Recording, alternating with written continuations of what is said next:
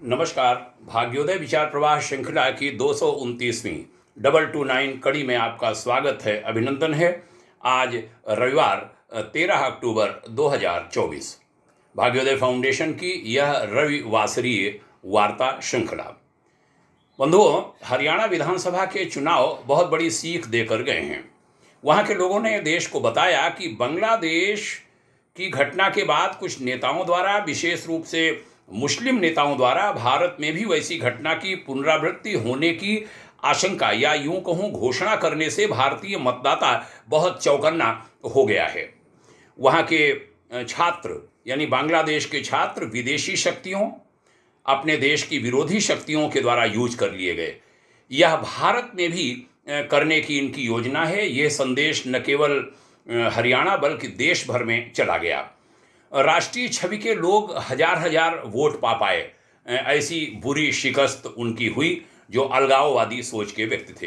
ये संतोषजनक बात है कि ओबीसी हों या एससी एसटी, देश हित का मामला आने पर वे सब भारत के साथ खड़े होते हैं, वर्गों जातियों के साथ नहीं।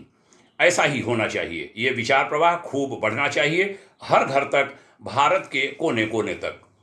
हमारे एक नेता ने अमेरिकी धरती पर जिस तरह से अपने देश, यदि वो भारत को अपना देश मानते हैं तो उसकी आलोचना की, भारत में चर्चा का विषय बनाइए कि उन्होंने ये काम वेदों के विरुद्ध किया है, वेद के नियम के विरुद्ध किया है, वेद के आदेश के विरुद्ध किया है। उन राजनेता ने जो राष्ट्रीय स्तर का पद धारण किए हुए हैं ने अथर्ववेद के मंत्र 12.1.58 का उपहास उड़ाया, उसका अपमान किया।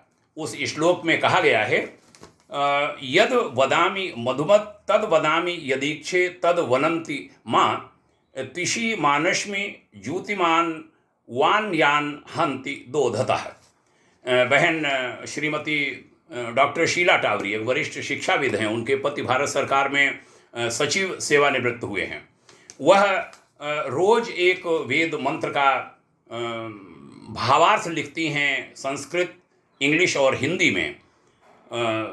1485वीं 1485 कड़ी में उन्होंने इस मंत्र को लिया और उन्होंने इसका भावार्थ बताया कि हम अपने राष्ट्र के विषय में जो बोलें वो हितकर और मधुरता से भरा हुआ हो, जो देखें वह सबके लिए प्रिय करने वाला हो। हम तेजस्वी और वेग संपन्न बने तथा शत्रुओं के संहारक बने रहें।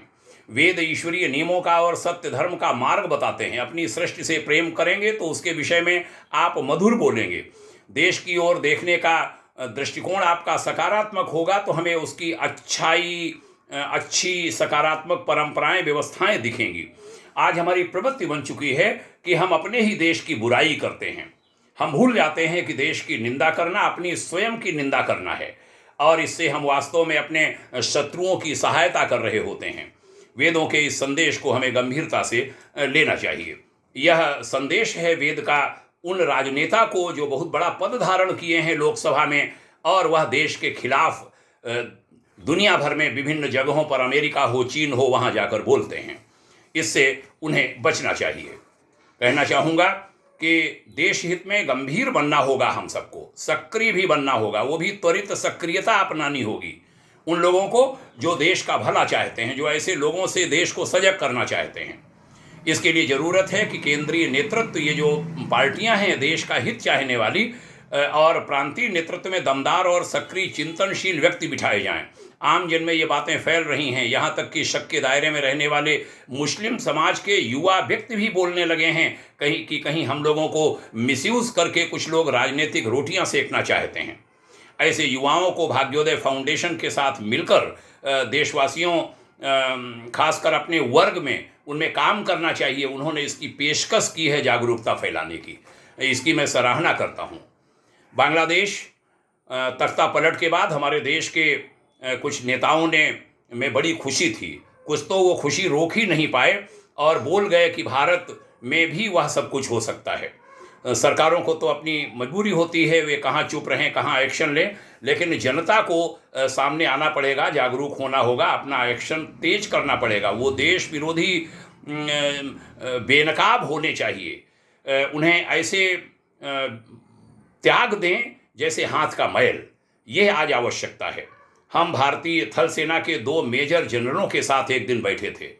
पूछ लिया कि ऐसी अराजक स्थिति भारत में कभी आ गई तो क्या कोई ऐसी हिमाकत कर सकता है? सेना का अपना अनुशासन होता है, जवाब देने की शैली होती है।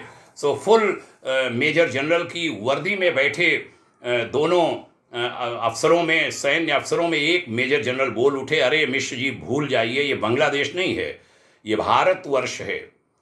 उन्होंने बहुत भारी संदेश दे दिया था, मानो कह रहे हों कि एक दूसरे देश में जाकर हम 1 लाख सशस्त्र सैनिकों को एक डांट में हथियार जमीन पर सरेंडर करवाना जानते हैं। हम वो भारतीय सेना हैं। दूसरे मेजर जनरल साहब ने भी रौब भरी मुस्कुराहट में बहुत कुछ कह दिया था। प्रभु हमारे राष्ट्र को सशक्त बनावें, सुरक्षित रखें। हमारी परम पिता परमात्मा से यही प्रार्थना।